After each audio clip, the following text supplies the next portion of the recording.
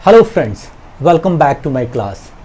Friends, has और have इस verb की तीन फॉर्म होती हैं, has had had and have had had. English language में इस वर्ब का प्रयोग दो प्रकार से होता है, एक मेन वर्ब के रूप में और दूसरा हेल्पिंग या ऑक्सिलरी वर्ब के रूप में। इस वीडियो में इस वर्ब का प्रयोग एज ए मेन वर्ब कब और कैसे होता है ये डिस्कस करेंगे, पर उससे पहले आप जल्दी से मेरे चैनल को सब्सक्राइब कर लीजिए अगर अभी तक आपने नहीं किया है तो। साथ में बेल आइकॉन भी प्रेस कर लीजिएगा फ्यूचर नोटिफिकेशन के लिए। तो चलिए सबसे पहले जानते हैं कि हैज़, हैव और हैड का एज ए मेन वर्ब कब प्रयोग किया जाता है। Friends, we use has, have, had to express or to show the possession of a noun or pronoun. Noun, the name of a person, place or a thing, and pronoun, the words which we use in place of noun, to show the possession of a noun or a pronoun over some other noun. Yeah friends, in simple words we use has, have or had in order to talk about the things we own or we possess। जैसे किसी के पास कोई चीज़ है या कोई चीज़ थी, जैसे मेरे पास ये मार्कर है, मेरे पास एक मार्कर है, या मेरे पास एक वाइट बोर्ड है, जब मेरे पास एक मकान है, उसके पास एक कार है। फ्रेंड्स, इन सिंपल वर्ड्स जब हमने किसी नाउन या प्रोनाउन का किसी दूसरी नाउन के ऊपर प्रेजेंट में पोजेशन को शो करना होता है, उसको दर्शाना होता है, तो हम हैज़ और हैव का प्रयोग एज ए मेन वर्ब करते हैं प्रेजेंट टेंस के लिए। और जब हमने पास्ट में ये बताना हो कि पास्ट बीते हुए समय में किसी नाउन या प्रोनाउन के पास कोई चीज़ थी या नहीं थी, तब हम हैड का प्रयोग एज ए मेन वर्ब करते हैं उस पोजेशन को शो करने के लिए। फ्रेंड्स, एक बात ऐड करना चाहूँगा कि हम रिलेशन को शो करने के लिए किसी नाउन या प्रोनाउन का किसी नाउन के साथ रिलेशनशिप अगर हमने शो करना होता है, तब भी हम हैज़, हैव और हैड का प्रयोग एज ए मेन वर्ब करते हैं, क्योंकि रिश्तों को पोजेशन नहीं माना जा सकता। I cannot say that I own a son. मैं ये तो कह सकता हूँ आई हैव अ सन, पर वो मेरा पोजेशन नहीं होगा। उन रिश्तों को प्रकट करने के लिए, एक्सप्रेस करने के लिए हम हैज़ और हैव या हैड का प्रयोग करते हैं as a main verb. Friends, has का प्रयोग किन सब्जेक्ट्स के साथ करना है और हैव का प्रयोग किन सब्जेक्ट्स के साथ करना है। आई प्लस प्लूरल्स, जब सब्जेक्ट प्लूरल हो या आई हो, मीन्स आई, वी, यू और दे, तब हम इनके साथ as a main verb have का प्रयोग करते हैं। जब सिंगुलर होते हैं हमारे सब्जेक्ट्स, जैसे ही, शी, इट और name, any name, then we use has as a main verb. Singular के साथ हमने हैज़ लगाना है और प्लूरल प्लस आई के साथ हमने हैव का प्रयोग करना है पोजेशन को शो करने के लिए, एक्सप्रेस करने के लिए। फ्रेंड्स, इस कंसेप्ट को समझने के लिए मैंने तीन एग्जांपल ली हैं। फर्स्ट एग्जांपल है, मेरे दो बच्चे हैं। सब्जेक्ट मेरे यानी आई, तो रिलेशनशिप शो हो रहा है बच्चों के साथ। तो सबसे पहले हमने सब्जेक्ट लिखा, सीक्वेंस जो हमें स्ट्रक्चर दिया हुआ है, आई, उसके बाद हैज़ और हैव लगाना है, हैड नहीं लगाना। हैड क्यों नहीं लगाना? क्योंकि ये प्रेजेंट टाइम की बात हो रही है। तो हमने हैज़ और हैव में से देखना है कौन सा यूज करते हैं, आई के साथ। आई प्लस प्लूरल के साथ हम हैव का प्रयोग करते हैं एज ए मेन वर्ब, तो क्या आ गया, आई हैव। उसके बाद नाउन, नाउन किसकी बात हो रही है, बच्चे। कितने हैं, दो। I have 2 children. Second example, Geeta के पास कार है। अब सब्जेक्ट का पोजेशन यहां पर शो हो रहा है नाउन के ऊपर। नाउन क्या है, कार। सब्जेक्ट क्या है, गीता। सबसे पहले हमने सब्जेक्ट लिखा गीता। उसके बाद हैज़ और हैव, सिंगुलर सब्जेक्ट के साथ हम हमेशा ही हैज़ का प्रयोग करते हैं। तो गीता हैज़, क्या है उसके पास, कार।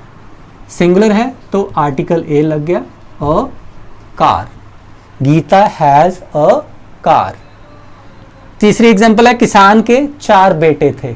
अब थे, पास्ट टाइम की बात हो रही है।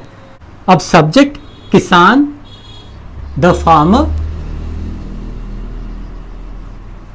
उसके बाद हैज़, हैव या हैड, कौन सा लगेगा, पास्ट टाइम की बात हो रही है तो हमने हैड को प्लेस करना है।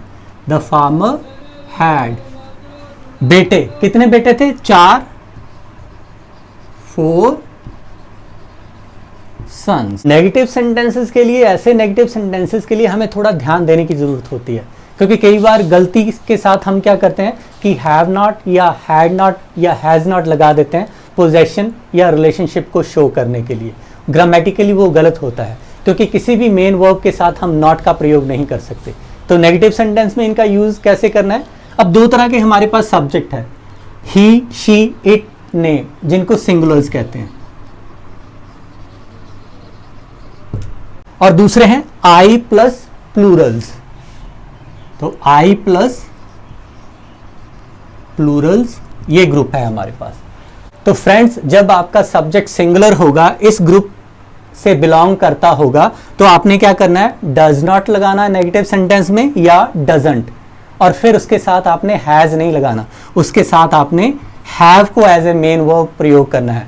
ये बात याद रखनी है, जब आपने डज नॉट या डजंट लगा दिया, फिर आपने हैव का प्रयोग करना है, हैज का प्रयोग नहीं करना। अगर आपका सब्जेक्ट प्लूरल है और साथ में आई है, तो आपने क्या करना है? उसके साथ डू नॉट या डोंट का प्रयोग करके हैव को लगाना है नेगेटिव सेंटेंस के लिए। और पास्ट टेंस में आपने क्या करना है? डिडंट या डिड नॉट लगाना है, साथ में हैव लगना है, फिर हैड नहीं लगना है। तो ये बातें नेगेटिव सेंटेंसेस के लिए आपने ध्यान में रखनी है। ग्रामेटिकली हैव नॉट या हैज नॉट या had not as a main verb गलत होता है। तो इस सेंटेंस का स्ट्रक्चर क्या हो जाएगा according to syntax rule? Subject सबसे पहले, उसके बाद डजंट या डज नॉट या डू नॉट या डिड नॉट। डज नॉट लगाना है जब सब्जेक्ट सिंगुलर है, डू नॉट लगाना है जब सब्जेक्ट प्लूरल प्लस आई है, और डिड नॉट लगाना है जब वो सेंटेंस बिलोंग करता है पास्ट टेंस को। और इनमें से कोई एक हेल्पिंग वर्ब, इसको हेल्पिंग वर्ब कहेंगे, प्रयोग करने के बाद आपने क्या करना है? मेन वर्ब हैव ही लगाना है किसी भी सिचुएशन में, चाहे आपका सब्जेक्ट सिंगुलर है या प्लूरल है, या वो प्रेजेंट टेंस को बिलोंग करता है ये सेंटेंस, या पास्ट को। आपने क्या लगाना है? हैव एक बार इनका प्रयोग कर दिया तो उसके बाद नाउन लगाना है। तो फ्रेंड्स, मैंने एक एग्जांपल ली, मेरे पास कार नहीं है। इस सीक्वेंस के अकॉर्डिंग, इस स्ट्रक्चर के अकॉर्डिंग इसकी फॉर्मेशन कर देते हैं। मेरे यानी आई, सब्जेक्ट आई, उसके बाद डज नॉट, डू नॉट या डिड नॉट। डिड नॉट कब लगाना है? जब सेंटेंस पास्ट टेंस को बिलोंग करे, पर ये प्रेजेंट टेंस का सेंटेंस है, इसका मतलब हमने डज नॉट या डू नॉट लगाना है। आई, आई प्लस प्लूरल के साथ हमने क्या लगाना है? Do not. डू नॉट, या आप डोंट का प्रयोग भी कर सकते हो कंट्रैक्शन के रूप में। डू नॉट की कंट्रैक्शन आई डू नॉट और आई डोंट। उसके बाद हैव, उसके बाद नाउन। नाउन यहां पर क्या है? कार, सिंगुलर है, अ कार। आई डोंट और I do not have a car. अगर मैं यहां पर है की जगह थी लगा देता, मेरे पास कार नहीं थी, तो इसका क्या बन जाना था? आई, उसके बाद डिडंट। पास्ट के लिए क्या लगना था? Didn't. I didn't or did not plus have plus noun क्या है? A car. I didn't have a car or I did not have a car.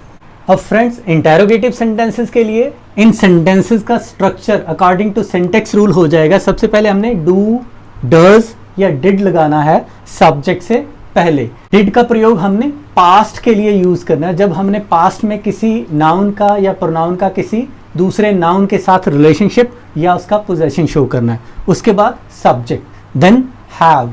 Once you place did, you are not suppose to place here had as a main verb. इसी तरह जब आपने does लगा दिया तो आपने यहाँ पे हैज नहीं लगाना है। उसके बाद नाउन या nouns, and at the end of the sentence sign of interrogation. Friends, इस कंसेप्ट को समझने के लिए दो एग्जांपल लेते हैं। क्या आपके पास किताब है? सब्जेक्ट आपके इंटरोगेटिव सेंटेंस है, ये सीक्वेंस बनेगा डू, डज और डिड। डिड तो लगेगा नहीं क्योंकि सेंटेंस हमारा जो है प्रेजेंट टाइम को बिलोंग करता है, तो क्या आएगा? डज और डू। यू सब्जेक्ट है, प्लूरल माना जाता है, तो इसके साथ क्या लगाएंगे हम? Do. Do plus subject you, do you. उसके बाद हैव, नाउन। क्या नाउन की बात हो रही है? किताब। सिंगुलर है और book, sign of interrogation. Do you have a book? Second sentence, क्या राजा का एक बेटा था? था, पास्ट टेंस की बात हो रही है, इसका मतलब हमने क्या लगाना है? डिड। डिड राजा, पर्टिकुलर है, स्पेसिफिक है, the king.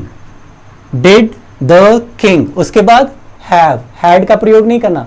Once you place did then you are not suppose to use had as a main verb. इसी तरह जब आपने डज लगा दिया तो आपने हैज का प्रयोग एज ए मेन वर्ब नहीं करना आपने। डिड द किंग हैव, एक बेटा, अ सन, साइन ऑफ इंटेरोगेशन। फ्रेंड्स, अब बारी है आज के क्विज की। आपने इन 5 सेंटेंसेस को सॉल्व करके इनके आंसर मुझे कमेंट बॉक्स में टाइप करके भी लिख सकते हो आप, या मुझे डायरेक्ट ईमेल भी कर सकते हो।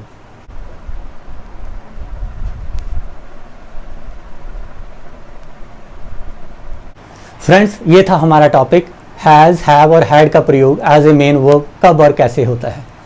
तो चलिए फिर मिलते हैं एक नए वीडियो में नए टॉपिक के साथ, देखिएगा ज़रूर।